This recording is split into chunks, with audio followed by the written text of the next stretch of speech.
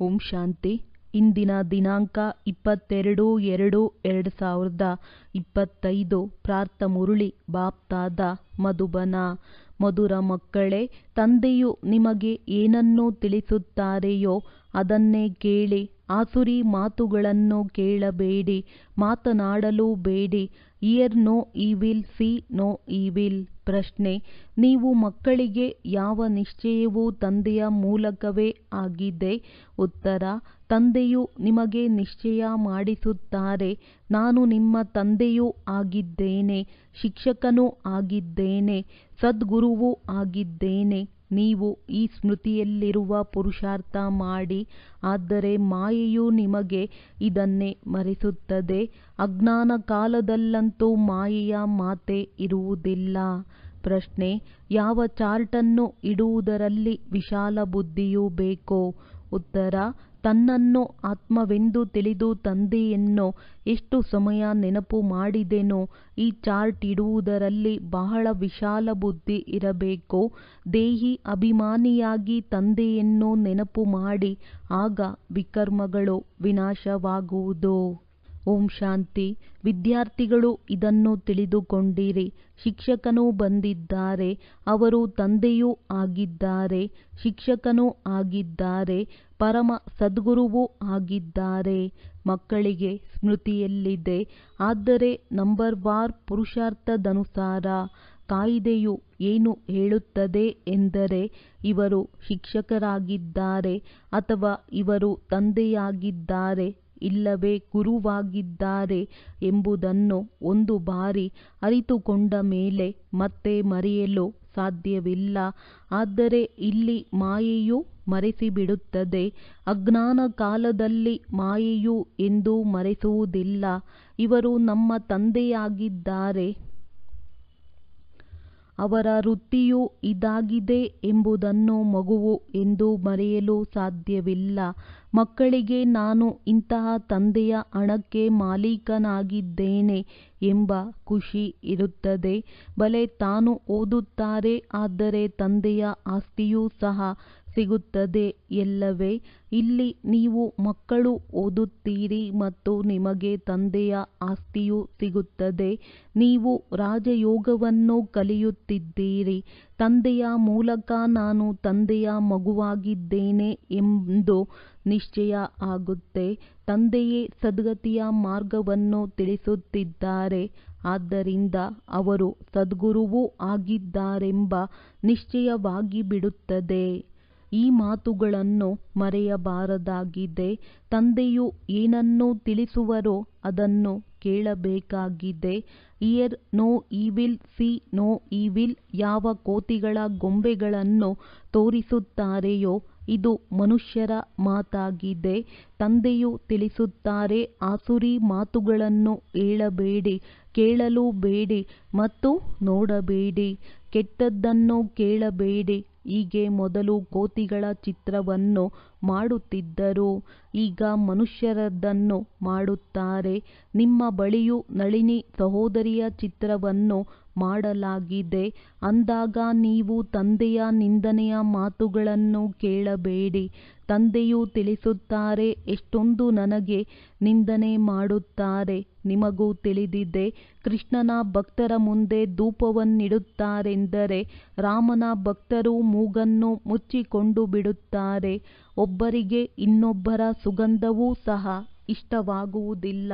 ಪರಸ್ಪರ ಹೇಗೆ ಶತ್ರುಗಳಾಗಿ ಬಿಡುತ್ತಾರೆ. ಈಗ ನೀವು ರಾಮವಂಶೀಯರಾಗಿದ್ದೀರಿ. ಪ್ರಪಂಚದವರೆಲ್ಲರೂ ರಾವಣ ವಂಶೀಯರಾಗಿದ್ದಾರೆ. ಇಲ್ಲಿ ಧೂಪದ ಮಾತಂತೂ ಇಲ್ಲ. ನೀವು ತಿಳಿದುಕೊಂಡಿದ್ದೀರಿ. ತಂದೆಯನ್ನು ಸರ್ವವ್ಯಾಪಿ ಎಂದು ಹೇಳಿರುವುದರಿಂದ ಯಾವ ಗತಿಯಾಗಿದೆ? ಕಲ್ಲು ಮುಳ್ಳಿನಲ್ಲಿ ಪರಮಾತ್ಮನಿದ್ದಾರೆಂದು ಹೇಳಿರುವುದರಿಂದ ಕಲ್ಲು ಬುದ್ಧಿಯಾಗಿ ಬಿಟ್ಟಿದೆ. ಅಂದಾಗ ಬೇಹದ್ದಿನ ತಂದೆಯು ನಿಮಗೆ ಯಾವ ಆಸ್ತಿಯನ್ನು ಕೊಡುತ್ತಾರೆಯೋ ಅವರಿಗೆ ಎಷ್ಟು ನಿಂದನೆ ಮಾಡುತ್ತೀರಿ. ಯಾರಲ್ಲಿಯೂ ಜ್ಞಾನವಿಲ್ಲ. ಅವು ಜ್ಞಾನರತ್ನಗಳಲ್ಲ, ಕಲ್ಲುಗಳಾಗಿವೆ. ಈಗ ನೀವು ತಂದೆಯನ್ನು ನೆನಪು ಮಾಡಬೇಕಾಗಿದೆ. ತಂದೆಯು ತಿಳಿಸುತ್ತಾರೆ, ನಾನು ಹೇಗಿದ್ದೇನೆ, ಯಾರಾಗಿದ್ದೇನೆಂದು ನನ್ನನ್ನು ಯಥಾರ್ಥ ರೀತಿಯಲ್ಲಿ ಯಾರೂ ಅರಿತುಕೊಂಡಿಲ್ಲ. ಮಕ್ಕಳಲ್ಲಿಯೂ ನಂಬರ್ ವಾರ್ ಇದ್ದೀರಿ. ತಂದೆಯನ್ನು ಯಥಾರ್ಥ ರೀತಿಯಿಂದ ನೆನಪು ಮಾಡಬೇಕಾಗಿದೆ. ಅವರು ಅತಿ ಸೂಕ್ಷ್ಮ ಬಿಂದುವಾಗಿದ್ದಾರೆ. ಅವರಲ್ಲಿ ಇದೆಲ್ಲ ಪಾತ್ರವೂ ತುಂಬಲ್ಪಟ್ಟಿದೆ. ತನ್ನನ್ನು ಆತ್ಮನೆಂದು ತಿಳಿಯಬೇಕು ಮತ್ತು ತಂದೆಯನ್ನು ಯಥಾರ್ಥ ರೀತಿಯಲ್ಲಿ ತಿಳಿದುಕೊಂಡು ನೆನಪು ಮಾಡಬೇಕಾಗಿದೆ. ನಾವು ಮಕ್ಕಳಾಗಿದ್ದೇವೆ ಎಂದು ಬಲೆ ಹೇಳುತ್ತಾರೆ, ಆದರೆ ತಂದೆಯ ಆತ್ಮವು ದೊಡ್ಡದು, ನಮ್ಮ ಆತ್ಮವು ಚಿಕ್ಕದೆಂದಲ್ಲ. ಬಲೆ, ತಂದೆಯು ಜ್ಞಾನಪೂರ್ಣನಾಗಿದ್ದಾರೆ, ಆದರೆ ಆತ್ಮದ ಗಾತ್ರವು ಚಿಕ್ಕದ್ದು, ದೊಡ್ಡದಾಗಿರುವುದಿಲ್ಲ. ನೀವಾತ್ಮಗಳಲ್ಲಿಯೂ ಸಹ ಜ್ಞಾನವಿರುತ್ತದೆ, ಆದರೆ ಶಾಲೆಯಲ್ಲಿಯೂ ನಂಬರ್ ವಾರ್ ತೇರ್ಗಡೆಯಾಗುತ್ತಾರಲ್ಲವೇ. 0 ಅಂತೂ ಯಾರಿಗೂ ಬರುವುದಿಲ್ಲ, ಕೆಲವು ಅಂಕಗಳನ್ನಾದರೂ ಪಡೆಯುತ್ತಾರೆ. ತಂದೆಯು ತಿಳಿಸುತ್ತಾರೆ, ನಾನು ಯಾವ ಜ್ಞಾನವನ್ನು ತಿಳಿಸುತ್ತೇನೆಯೋ ಅದು ಪ್ರಾಯಲೋಪವಾಗಿ ಬಿಡುತ್ತದೆ. ಆದರೂ ಚಿತ್ರಗಳಿವೆ, ಶಾಸ್ತ್ರಗಳು ರಚಿಸಲ್ಪಟ್ಟಿವೆ. ತಂದೆಯು ನೀವಾತ್ಮಗಳಿಗೆ ತಿಳಿಸುತ್ತಾರೆ, ಮಕ್ಕಳೇ, ಕೆಟ್ಟದ್ದನ್ನು ಕೇಳಬೇಡಿ. ಈ ಆಸುರಿ ಪ್ರಪಂಚವನ್ನು ನೋಡುವುದೇನು? ಈ ಚೀಚಿ ಪ್ರಪಂಚದಿಂದ ಕಣ್ಣುಗಳನ್ನು ಮುಚ್ಚಿಕೊಳ್ಳಬೇಕಾಗಿದೆ. ಇದು ಹಳೆಯ ಪ್ರಪಂಚವಾಗಿದೆ. ಇದರೊಂದಿಗೇನು ಸಂಬಂಧವಿಡುವುದೆಂದು ಈಗ ಆತ್ಮಕ್ಕೆ ಸ್ಮೃತಿಯು ಬಂದಿದೆ. ಈ ಪ್ರಪಂಚವನ್ನು ನೋಡಿಯೂ ನೋಡದಂತಿರಬೇಕಾಗಿದೆ. ತಮ್ಮ ಶಾಂತಿಧಾಮ ಮತ್ತು ಸುಖಧಾಮವನ್ನು ನೆನಪು ಮಾಡಬೇಕೆಂಬುದು ಸಹ ಸ್ಮೃತಿಯುಂಟಾಗಿದೆ. ಆತ್ಮಕ್ಕೆ ಜ್ಞಾನದ 3ನೆಯ ನೇತ್ರವು ಸಿಕ್ಕಿದೆಂದ ಮೇಲೆ ಇದನ್ನು ಸ್ಮರಿಸಬೇಕಾಗಿದೆ.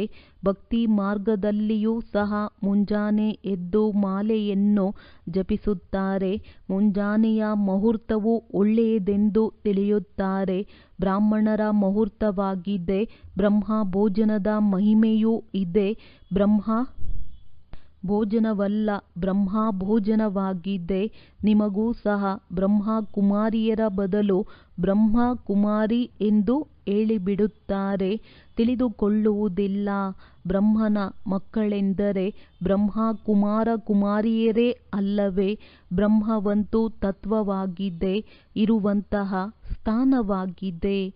ಅದಕ್ಕೇನು ಮಹಿಮೆ ಇರುವುದು?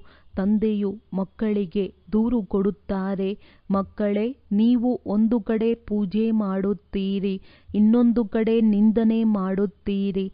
ನಿಂದನೆ ಮಾಡುತ್ತಾ ಮಾಡುತ್ತಾ ತಮೋಪ್ರಧಾನರಾಗಿ ಬಿಟ್ಟಿದ್ದೀರಿ. ತಮೋಪ್ರಧಾನರೂ ಸಹ ಆಗಲೇಬೇಕಾಗಿದೆ. ಚಕ್ರವು ಪುನರಾವರ್ತನೆಯಾಗುವುದಿದೆ. ಯಾರಾದರೂ ಹಿರಿಯ ವ್ಯಕ್ತಿಗಳು ಬರುತ್ತಾರೆಂದರೆ ಅವರಿಗೆ ಸೃಷ್ಟಿ ಚಕ್ರವನ್ನು ಕುರಿತು ಅವಶ್ಯವಾಗಿ ತಿಳಿಸಬೇಕಾಗಿದೆ. ಈ ಚಕ್ರವು 5000 ವರ್ಷಗಳದ್ದಾಗಿದೆ. ಇದರ ಮೇಲೆ ಬಹಳ ಗಮನ ಕೊಡಬೇಕಾಗಿದೆ. ರಾತ್ರಿಯ ನಂತರ ಅವಶ್ಯವಾಗಿ ದಿನವಾಗಲೇಬೇಕಾಗಿದೆ. ರಾತ್ರಿಯ ನಂತರ ದಿನವು ಬರದೇ ಇರಲು ಸಾಧ್ಯವಿಲ್ಲ.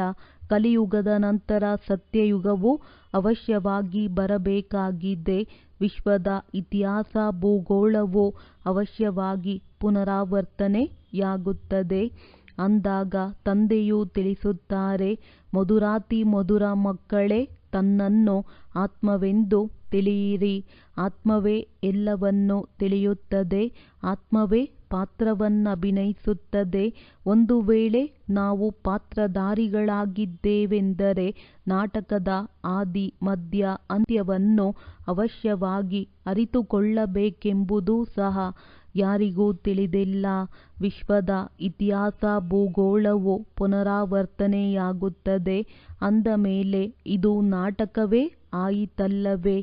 ಕ್ಷಣ ಪ್ರತಿಕ್ಷಣ ಯಾವುದು ಕಳೆದು ಹೋಗಿದೆಯೋ ಅದೇ ಪುನರಾವರ್ತನೆಯಾಗುತ್ತದೆ. ಈ ಮಾತುಗಳನ್ನು ಮತ್ಯಾರೂ ತಿಳಿಯಲು ಸಾಧ್ಯವಿಲ್ಲ. ಕಡಿಮೆ ಬುದ್ಧಿಯುಳ್ಳವರು ಯಾವಾಗಲೂ ಅನ್ನುತ್ತೀರ್ಣರೇ ಆಗುತ್ತಾರೆ. ಮತ್ತೆ ಶಿಕ್ಷಕರು ಏನು ತಾನೇ ಮಾಡಲು ಸಾಧ್ಯ, ಕೃಪೆ ಮಾಡಿ ಅಥವಾ ಆಶೀರ್ವಾದ ಮಾಡಿ ಎಂದು ಶಿಕ್ಷಕರಿಗೆ ಹೇಳಲು ಸಾಧ್ಯವೇ? ಅದೇ ರೀತಿ ಇದೂ ಸಹ ವಿದ್ಯೆಯಾಗಿದೆ. ಈ ಗೀತಾ ಪಾಠಶಾಲೆಯಲ್ಲಿ ಸ್ವಯಂ ಭಗವಂತನೇ ರಾಜಯೋಗವನ್ನು ಕಲಿಸುತ್ತಾರೆ. ಕಲಿಯುಗವು ಪರಿವರ್ತನೆಯಾಗಿ ಅವಶ್ಯವಾಗಿ ಸತ್ಯಯುಗವಾಗಬೇಕಾಗಿದೆ. ನಾಟಕದನುಸಾರ ತಂದೆಯೇ ಬರಬೇಕಾಗಿದೆ. ತಂದೆಯು ತಿಳಿಸುತ್ತಾರೆ, ನಾನು ಕಲ್ಪಕಲ್ಪವೂ ಸಂಗಮಯುಗದಲ್ಲಿಯೇ ಬರುತ್ತೇನೆ.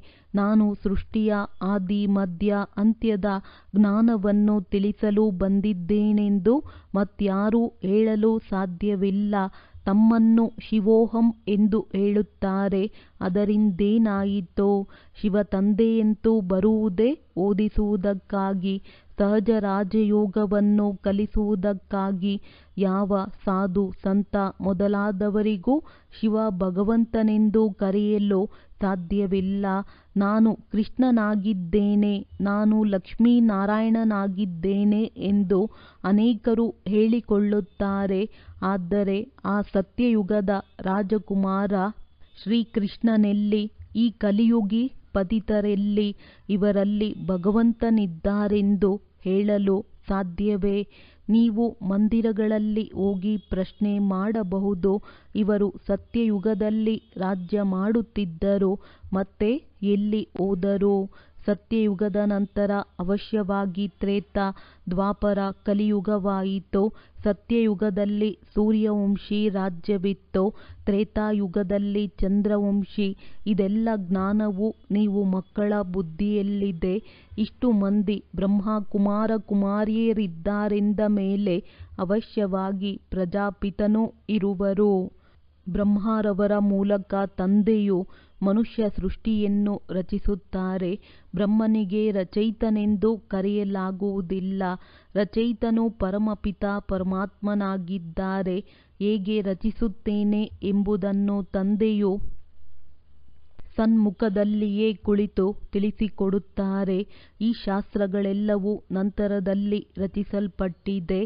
ಹೇಗೆ ಕ್ರಿಸ್ತನು ಹೇಳಿದ್ದು ಬೈಬಲ್ ಆಗಿಬಿಟ್ಟಿತೋ, ನಂತರದಲ್ಲಿ ಕುಳಿತು ಗಾಯನ ಮಾಡುತ್ತಾರೆ. ಕ್ರಿಸ್ತನಿಗೆ ಗಾಯನವನ್ನೇನು ಮಾಡುವುದಿದೆ? ಏಕೆಂದರೆ ಕ್ರಿಸ್ತನು ಯಾವುದೇ ಗುರು ಅಥವಾ ಸಂದೇಶ ಪುತ್ರನಲ್ಲ. ಗತಿ ಹಾಗೂ ಸದ್ಗತಿ ಕೇವಲ 5-7 ಮಂದಿಯದಾಗಿರುವುದಿಲ್ಲ. ಸರ್ವರ ಸದ್ಗತಿದಾತ, ಸರ್ವರ ಮುಕ್ತಿದಾತ ತಂದೆಯೊಬ್ಬರೇ ಎಂದು ಗಾಯನವಿದೆ. ಹೇ ಪರಮಪಿತ ಪರಮಾತ್ಮ, ದಯೆ ತೋರಿಸು ಎಂದು ಅವರನ್ನು ನೆನಪು ಮಾಡುತ್ತಾರೆ. ಹೇ ಕ್ರೈಸ್ಟ್, ದಯೆ ತೋರಿಸಿ ಎಂದು ಹೇಳುವುದಿಲ್ಲ. ತಂದೆಯು ಒಬ್ಬರೇ ಇರುತ್ತಾರೆ. ಇವರು ಇಡೀ ವಿಶ್ವದ ಪಿತನಾಗಿದ್ದಾರೆ. ಸರ್ವ ದುಃಖಗಳಿಂದ ಮುಕ್ತಗೊಳಿಸುವವರು ಯಾರೆಂದು ಮನುಷ್ಯರಿಗೆ ತಿಳಿದೇ ಇಲ್ಲ. ಈಗ ಸೃಷ್ಟಿಯು ಹಳೆಯದು, ಮನುಷ್ಯರು ಹಳೆಯ ತಮೋಪ್ರಧಾನರಾಗಿದ್ದಾರೆ. ಇದು ಕಬ್ಬಿಣದ ಸಮಾನ ಪ್ರಪಂಚವಾಗಿದೆ. ಮೊದಲು ಸ್ವರ್ಣಿಮ ಯುಗವಿತ್ತು, ಅದು ಪುನಃ ಬರುವುದು. ಈಗ ವಿನಾಶವಾಗುವುದು. ವಿಶ್ವ ಮಹಾಯುದ್ಧಗಳು ನಡೆಯುವುದು. ಅನೇಕ ಸೃಷ್ಟಿಯ ಆಪತ್ತುಗಳು ಬರುತ್ತವೆ. ಸಮಯವು ಅದೇ ಆಗಿದೆ. ಮನುಷ್ಯ ಸೃಷ್ಟಿಯು ಎಷ್ಟೊಂದು ವೃದ್ಧಿಯನ್ನು ಹೊಂದಿದೆ. ಭಗವಂತನು ಬಂದಿದ್ದಾರೆಂದು ನೀವು ಹೇಳುತ್ತಿರುತ್ತೀರಿ. ಬ್ರಹ್ಮರವರ ಮೂಲಕ ಒಂದು ಆದಿ ಸನಾತನ ದೇವಿ ದೇವತಾ ಧರ್ಮದ ಸ್ಥಾಪನೆಯಾಗುತ್ತಿದೆ ಎಂದು ನೀವು ಮಕ್ಕಳು ಎಲ್ಲರಿಗೆ ಚಾಲೆಂಜ್ ಮಾಡುತ್ತೀರಿ. ನಾಟಕದನುಸಾರ ಎಲ್ಲರೂ ಕೇಳುತ್ತಿರುತ್ತಾರೆ, ದೈವಿ ಗುಣಗಳನ್ನು ಧಾರಣೆ ಮಾಡುತ್ತಿರುತ್ತಾರೆ. ನಿಮಗೆ ತಿಳಿದಿದೆ, ನಮ್ಮಲ್ಲಿ ಯಾವುದೇ ಗುಣಗಳಿರಲಿಲ್ಲ. ಮೊಟ್ಟ ಮೊದಲನೆಯ ಅವಗುಣವು ಕಾಮವಿಕಾರವಾಗಿದೆ. ಇದು ಬಹಳ ತೊಂದರೆ ಕೊಡುತ್ತದೆ. ಮಾಯೆಯ ಕುಸ್ತಿಯು ನಡೆಯುತ್ತದೆ. ಬಯಸದೆಯೇ ಮಾಯೆಯ ಬಿರುಗಾಳಿಗಳು ಬೀಳಿಸಿ ಬಿಡುತ್ತವೆ. ಕಬ್ಬಿಣದ ಯುಗವಾಗಿದೆ ಎಲ್ಲವೇ ಅಂದಾಗ ಮುಖ ಕಪ್ಪು ಮಾಡಿಕೊಳ್ಳುತ್ತಾರೆ. ಶ್ಯಾಮ ಮುಖ ಎನ್ನುವುದಿಲ್ಲ. ಕೃಷ್ಣನಿಗೆ ತೋರಿಸುತ್ತಾರೆ.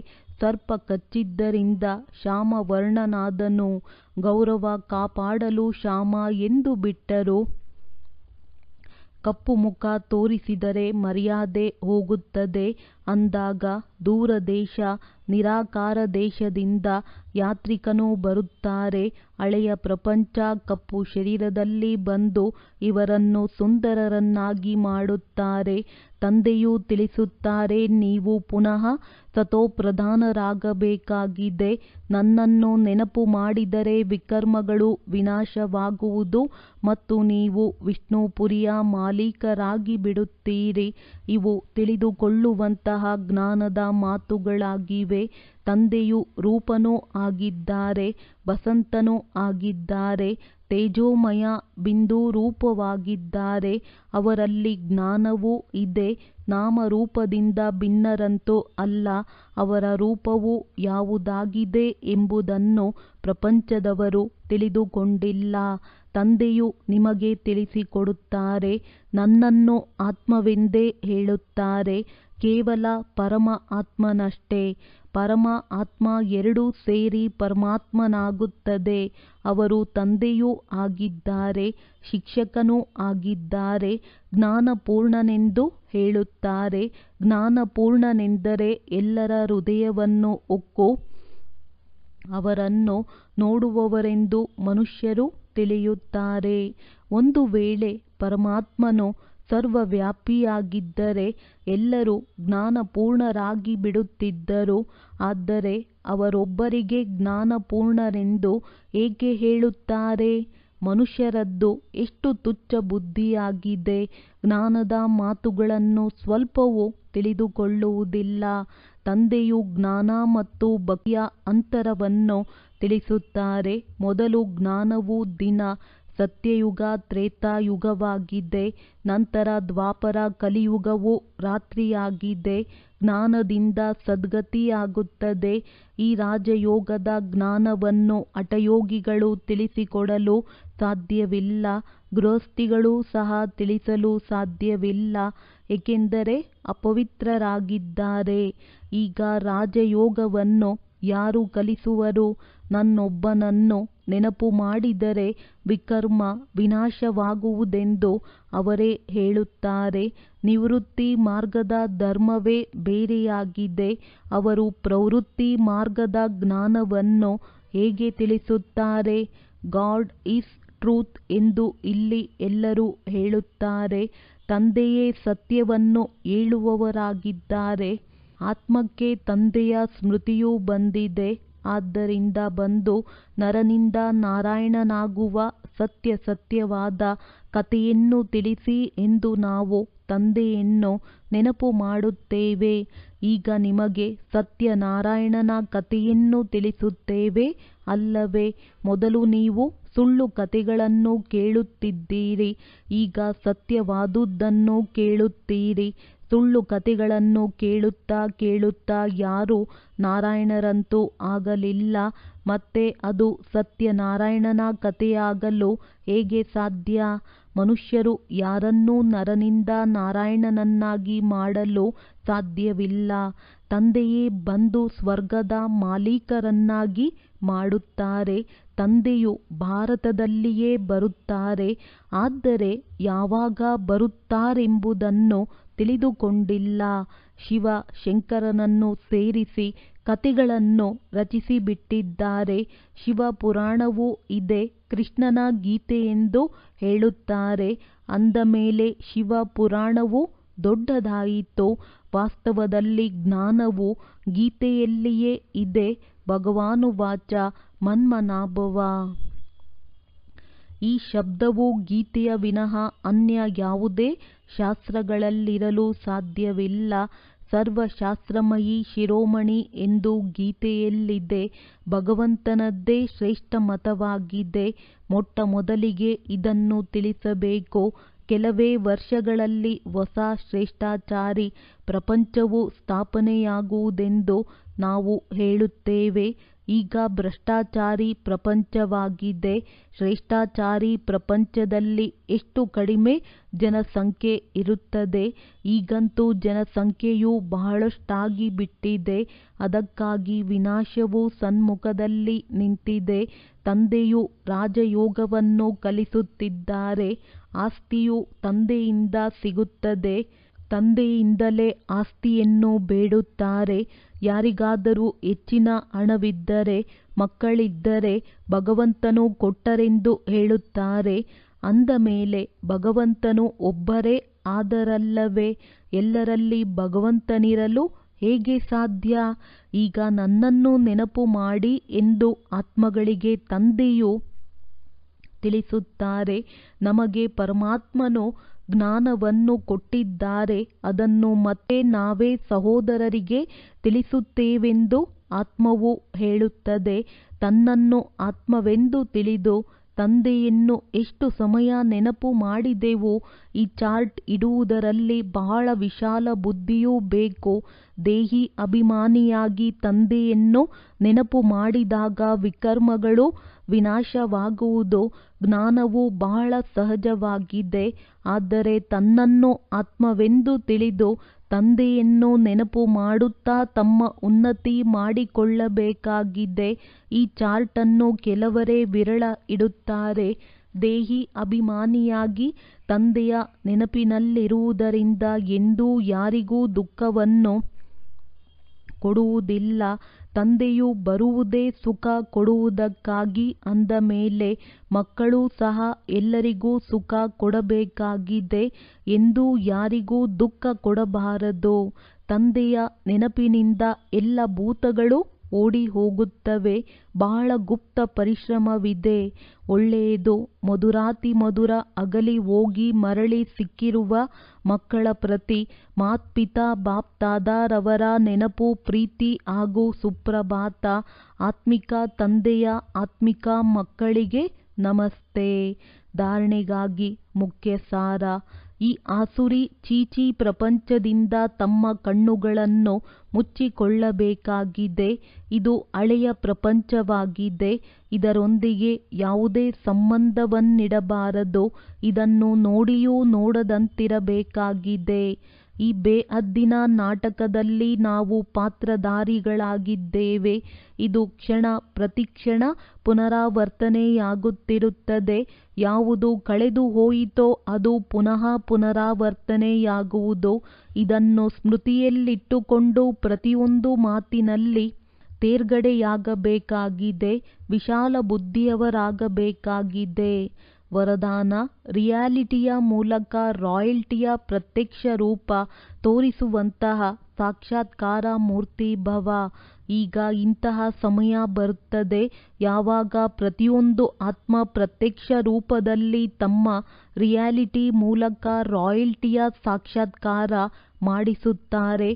ಪ್ರತ್ಯಕ್ಷತೆಯ ಸಮಯದಲ್ಲಿ ಮಾಲೆಯ ಮಣಿಯ ನಂಬರ್ ಮತ್ತು ಭವಿಷ್ಯ ರಾಜ್ಯದ ಸ್ವರೂಪ ಎರಡನ್ನೂ ಪ್ರತ್ಯಕ್ಷತೆ ಮಾಡುತ್ತದೆ. ಈಗ ಏನು ರೇಸ್ ಮಾಡುತ್ತಾ ಸ್ವಲ್ಪ ರೀಸ್ನ ಹೊಟ್ಟೆ ಕಿಚ್ಚಿನ ಧೂಳಿನ ಪರದೆ ಹೊಳೆಯುತ್ತಿರುವ ವಜ್ರವನ್ನು ಮುಚ್ಚಿಬಿಡುತ್ತದೆ.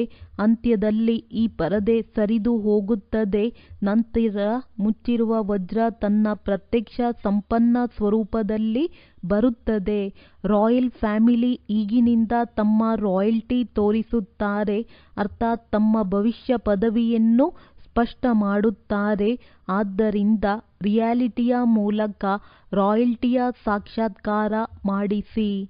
ಸ್ಲೋಗನ್: ಯಾವುದೇ ವಿಧಿಯಿಂದ ವ್ಯರ್ಥವನ್ನು ಸಮಾಪ್ತಿ ಮಾಡಿ ಸಮರ್ಥತೆಯನ್ನು ಮೇಲೆ ತನ್ನಿ. ಅವ್ಯಕ್ತ ಸೂಚನೆ: ಏಕಾಂತ ಪ್ರಿಯರಾಗಿ ಏಕತೆ ಮತ್ತು ಏಕಾಗ್ರತೆಯನ್ನು ತಮ್ಮದಾಗಿಸಿಕೊಳ್ಳಿ. ಸ್ವಯಂನ ಕಲ್ಯಾಣ ಮಾಡುವುದಕ್ಕಾಗಿ ಅಥವಾ ಸ್ವಯಂ ಪರಿವರ್ತನೆ ಮಾಡುವುದಕ್ಕಾಗಿ ವಿಶೇಷ ಏಕಾಂತವಾಸಿ ಅಂತರ್ಮುಖಿಯಾಗಿರಿ.